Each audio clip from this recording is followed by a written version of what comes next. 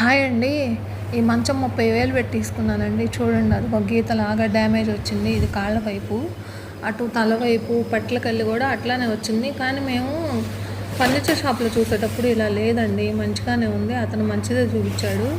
ఇంటికి వచ్చిన తర్వాత అట్లా ఉన్నాయి. సరే, మేము అప్పుడైతే చూసుకోలేదు, చీకట్లో బిగించారు మంచం. ఫోన్ టార్చ్ లైట్ వేసుకొని బిగించుకున్నాం ఆ రోజు కరెంట్ లేకపోయేసరికి. సరే, మేము ఇది కొత్త ఇంట్లో బిగించుకున్నామండి. కొన్నాళ్ళు పాత ఇంట్లో ఉన్నాం, ఇంకా ఇక్కడ వర్క్ అవ్వలేదని.